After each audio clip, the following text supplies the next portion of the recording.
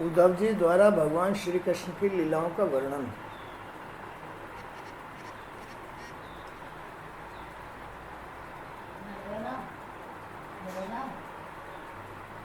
लिया लगा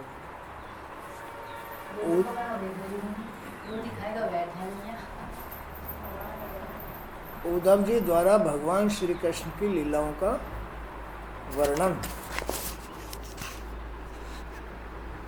श्री सुखदेव जी ने कहा है, राजन, श्री विदुर जी द्वारा पूछने पर उद्धव जी का हृदय भर आया।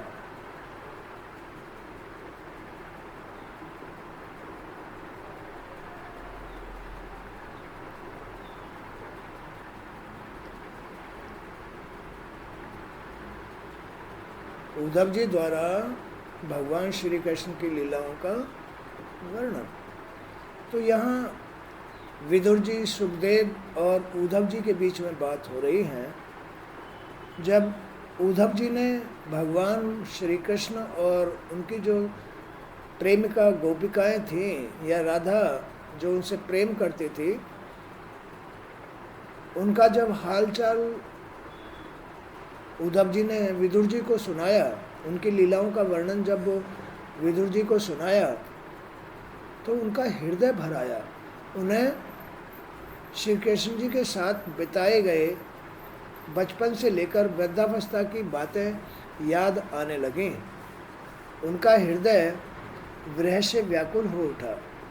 उनका गला अवरुद्ध हो गया, मुंह से बोल नहीं फूटा। उद्धव जी श्री कृष्ण के चरण कमलों की स्मृति में डूबे हुए 2 घड़ी तक कुछ भी नहीं बोल सके। अत्यधिक रोमांच के कारण उनके अश्रु बहने लगे। जैसे मोह में कोई आदमी रो पड़ता है, माँ या बाप जैसे अपने बच्चे के मोह में, किसी बच्चे की तकलीफ में माँ बाप रो पड़ते हैं, ऐसे ही उद्धव भगवान से सच्चा प्रेम करते थे। और उन्होंने जो भगवान से गोपियों का प्रेम देखा, उससे तो उनका हृदय और रोमांच हो गया कि आखिर भगवान ऐसी क्या चीज है जिससे कि लोग बाग प्रेम करते हैं।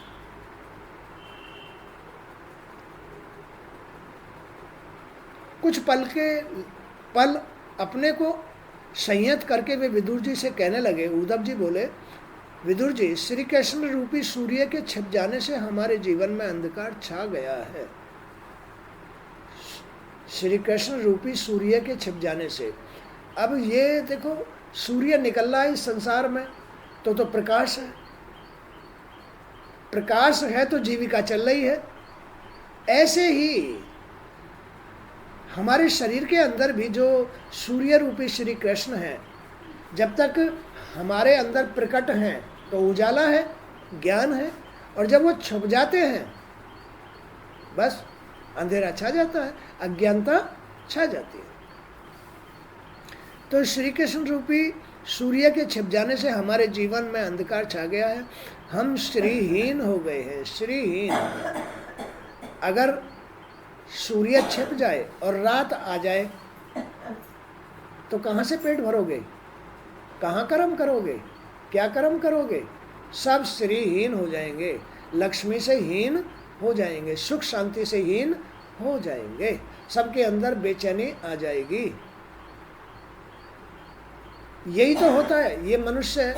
अब ये क्या हो रहा है, अब जैसे ये कोरोना फैला हुआ है, इसमें जो भगवान की शरण में रहते हैं, भगवान को याद करते हैं, उनका भजन करते हैं, तो उनके हृदय पर भगवान उभरे रहते हैं। याद यानी सूर्य की तरह प्रकाश रहता है, उजाला रहता है, माने भगवान की याद बनी रहती है, तो वो रक्षा है। और जब आदमी का सूर्य छिप जाता है तो अंधेरा रात हो जाती है। अब रात में वो क्या करेगा?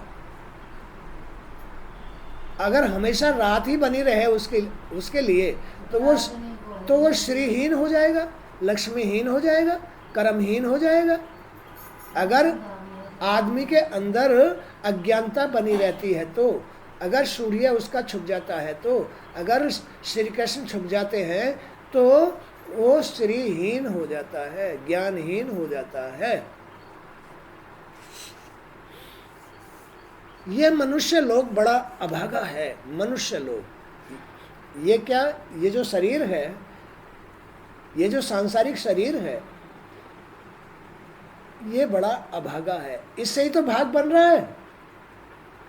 अब चूंकि ये सांसारिक शरीर है, इसमें विषय विकार इच्छाएं, है ना, काम क्रोध लोभ मोह मद, ये सब छाए हुए हैं, तो इसका जो भाग्य बनता है वो न्यून बनता है। इसको अभागा भाग कहते हैं। सांसारिक लोगों का जो ये शरीर है, सांसारिक जीवों का जो ये शरीर है, इसका परिणाम न्यून होता है, भाग्यहीन होता है। तो ये मनुष्य लोग बड़ा अभागा है, जो उनके भगवत स्वरूप को नहीं पहचान पाया। जो आदमी अपने अंदर भगवान के स्वरूप को नहीं पहचान पाया, विशेषकर यदुवंशी तो बड़े भाग्यहीन हैं। यदुवंशी जो श्री कृष्ण के कुल संबंधी थे, हैं? अब जैसे किसी घर में ज्ञान की गंगा बह रही है और उस घर में लोग बाग भागवत न सुने, तो वो क्या है, जैसे श्री कृष्ण के कुल में जो यदुवंशी थे वो भगवान का महत्व नहीं समझते थे, श्री कृष्ण का महत्व नहीं समझते थे। हमारी तरह ही आदमी है ये भी।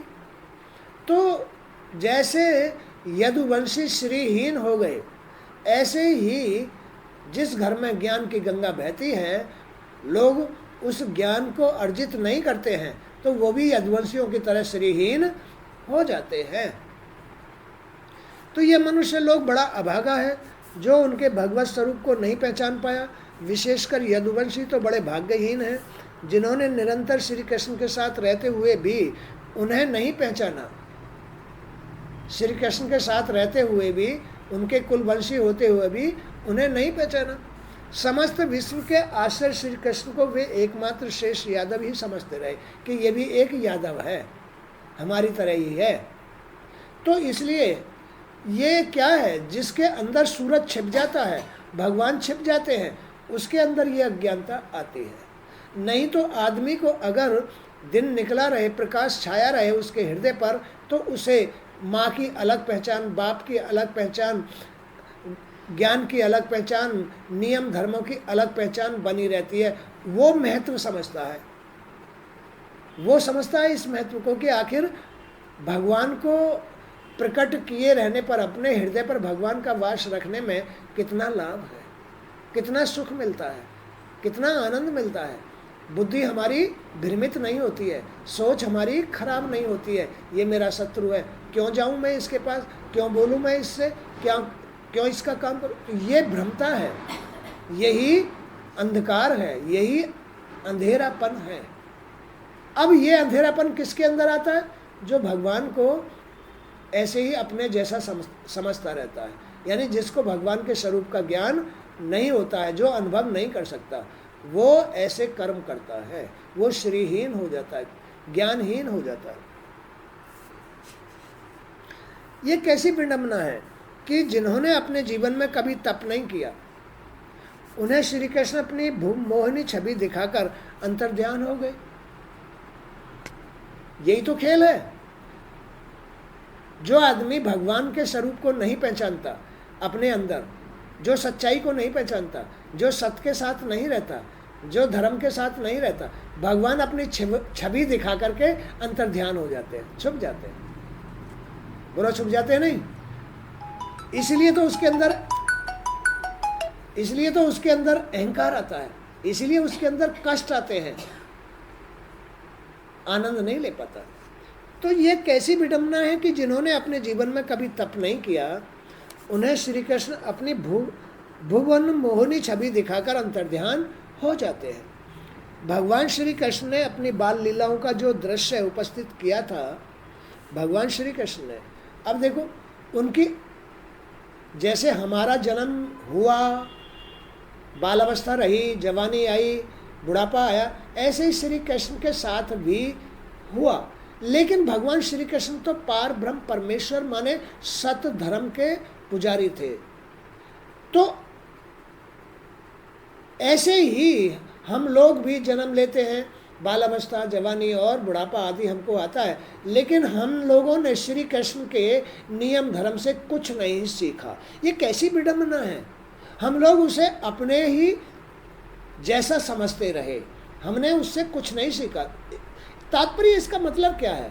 जैसे यदुवंशी श्री कृष्ण को यदुवंशी ही समझते रहे, ऐसे ही हम लोग भी भगवान को बस सांसारिक ही समझते रहते हैं कि बस यही आनंद है, यही सत्य है, यही ईश्वर है, बस इसी में है सब कुछ। तो जिन लोगों ने कभी भगवान के लिए तप नहीं किया, साधना नहीं की, त्याग नहीं किया, जिन्होंने अपने अंतःकरण पर अच्छाई का वास नहीं किया, नियम धर्म धारण नहीं किया, भगवान उनको अपनी छवि दिखा करके छुप जाते हैं। भगवान उनको अपनी छवि दिखा करके छुप जाते हैं। फिर उसके घर में आता है संकट, फिर उसके मन में आता है संकट, फिर उसकी बुद्धि बिगड़ती है, फिर उसकी सोच बिगड़ती है, फिर उसके कर्म बिगड़ते हैं, चारों तरफ से गिर जाता है।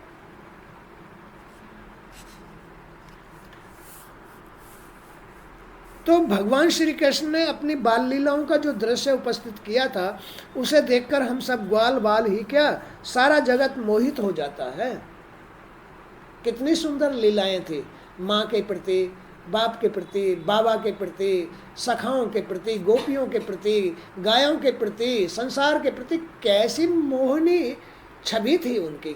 कितना शुद्ध कर्म करते थे, मधुर बोलते थे, सबके लिए मधुर बंसी बजाया करते थे, सब उनकी तरफ आकर्षित हो जाया करते थे। ऐसी बंसी का अर्थ क्या है कि उनके अंदर से ऐसी वाणी निकलती थी।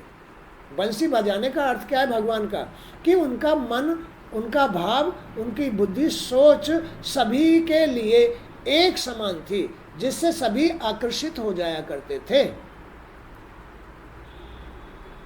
उनके रूप को किसी आभूषण की आवश्यकता नहीं थी। उनके रूप को, भगवान के रूप को किसी आभूषण की आवश्यकता नहीं थी, बल्कि आभूषणों की उनसे और शोभा बढ़ जाया करती थी।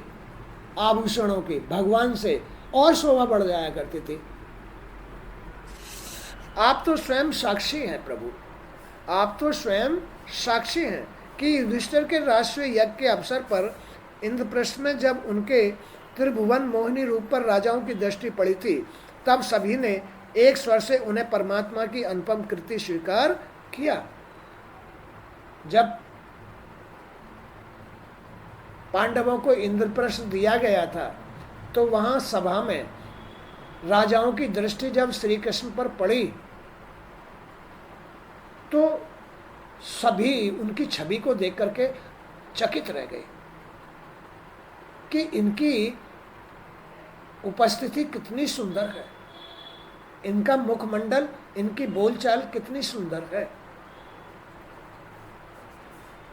उन्होंने अपशब्द कहने पर शिशुपाल को मार डाला था। ब्रजभूमि में ब्रज की लीलाएं, उनकी बाकी चितपन और मधुर मुस्कान के सम्मुख सब कुछ काम धाम छोड़कर मूर्ति की भांति खड़ी हो जाती थी। अजन्मे होकर भी उन्होंने वसुदेव जी के यहाँ देवकी की कोख से जन्म लिया, और सभी को अभय देने वाले होकर भी वे 11 वर्ष तक गोकुल में ग्वाल बालों के मध्य छिपे रहे।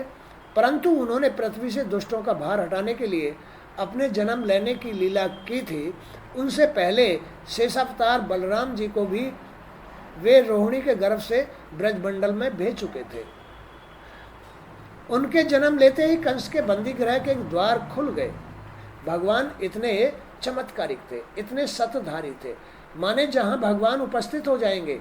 लेकिन भगवान भक्तों के घर में उपस्थित होते हैं, जो भगवान से पहले से ही प्रेम करते आए हैं, इस जन्म में भी प्रेम करते हैं, उनके घर में भगवान उपस्थित होते हैं। उनके घर में सूर्य निकलता है, तो उनके जन्म लेते ही कंस के बंदी गृह के द्वार खुल गए थे और रक्षक सो गए थे। वसुदेव श्री कृष्ण की भादो मास की अष्टमी के दिन उस भयानक कालरात्रि में धरती पर अवतरित हुए थे। कंस को भय था कि उसकी बहन के गर्भ से जो पुत्र होगा वह उसका काल होगा। कंस बुरे आदमियों को, बुरा आदमी जो होता है, अधर्मी आदमी जो होता है, ऐसे आदमी से बड़ा डरता है। कैसे आदमी से? जो सत्पुरुष हो, है ना, उससे घृणा करता है, ये मेरा काल है। जो दुष्ट आदमी होता है ना, दुष्ट आदमी सत्पुरुष से बड़ी घृणा करेगा, ये मेरा काल है, कहीं ये मुझे बद्दुआ ना दे दे, मैं तो अधर्मी हूं, पापी हूं, कहीं इसके अंदर से बद्दुआ ना निकल जाए। वो बद्दुआ ही श्री कृष्ण है अधर्मियों के लिए, पापियों के लिए। तो इसी भय से उसने वसुदेव और देवकी को बंदी गृह में डाल रखा था और वह एक एक करके देवकी के 6 संतानों को पत्थर की शिला पर पटक कर मार चुका था। उसे हर समय अपनी मृत्यु का भय बना रहता था।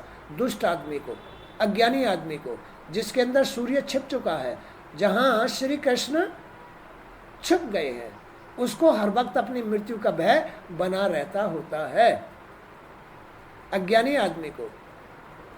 इसलिए भगवान का नियम धर्म और उनका हृदय पर उपस्थित रहना, जीवन में बस सुख शांति के साथ जीना है।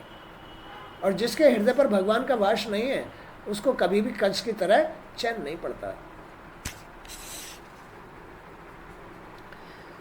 कि आप तो जानते ही हैं कि वसुदेव जी किस प्रकार उस भयानक काली रात में उमड़ती हुई यमुना को पार कर श्री कृष्ण को यशोदा की गोद में डाल आए थे और किस प्रकार कंस ने वहम और भय के कारण ब्रज के नवजात शिशुओं की हत्या आरंभ कर दी थी, परंतु श्री कृष्ण का वह कुछ भी नहीं बिगाड़ सका।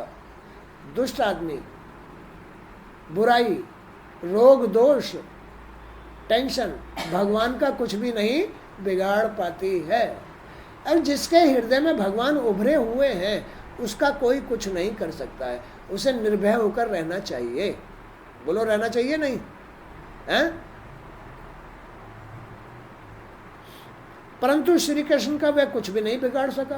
कंस, उसने पूतना नामक राक्षसी को उसके स्तनों में विष लगाकर गोकुल भेजा, पर श्री कृष्ण ने उसका स्तनपान करके उसे धाय पद दिया, मोक्ष करा दिया, उसका विशेष पद दिया और उसके प्राण अपने होठों से खींच लिए। उस परम दयालु श्री कृष्ण के अतिरिक्त ऐसा कौन है जो उसे मारने आए और उसे परम पद मोक्ष दे दे? तो कोई सतधारी पुरुष ही होगा जो इस चीज को सहन कर सकता है। सांसारिक पुरुष सहन नहीं कर सकता, सतधारी पुरुष सहन कर जाता है और उसको माफ कर देता है और उसको दुआ दे देता है, जाओ भाई।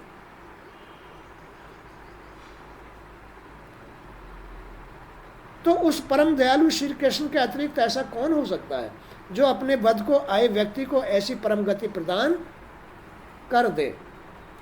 श्री कृष्ण की जब बातें याद आती हैं तो मेरा मन व्यथित हो जाता है। कौन कह रहा है? उद्धव जी। ऐसा कौन पुरुष है जो उनके चरण कमलों की एक बार छवि देखने के उपरांत उन्हें भला भुला सकता है? ऐसा कौन आदमी है? एक बार जो उनका आनंद अनुभव कर लेता है अपने हृदय पर, जब भगवान की छवि को देख लेता है या उनका रूप देख लेता है कि भगवान कितने दयालु, कितने विनम्र, कितने सतधारी हैं, कितने योग्य हैं, तो भला एक बार जो आदमी उनकी छवि को देख ले, ऐसा कौन आदमी है जो उन्हें फिर बिसरा दे? सुख किसे अच्छा नहीं लगता? आनंद किसे अच्छा नहीं लगता? सबको आदमी को अच्छा लगता है।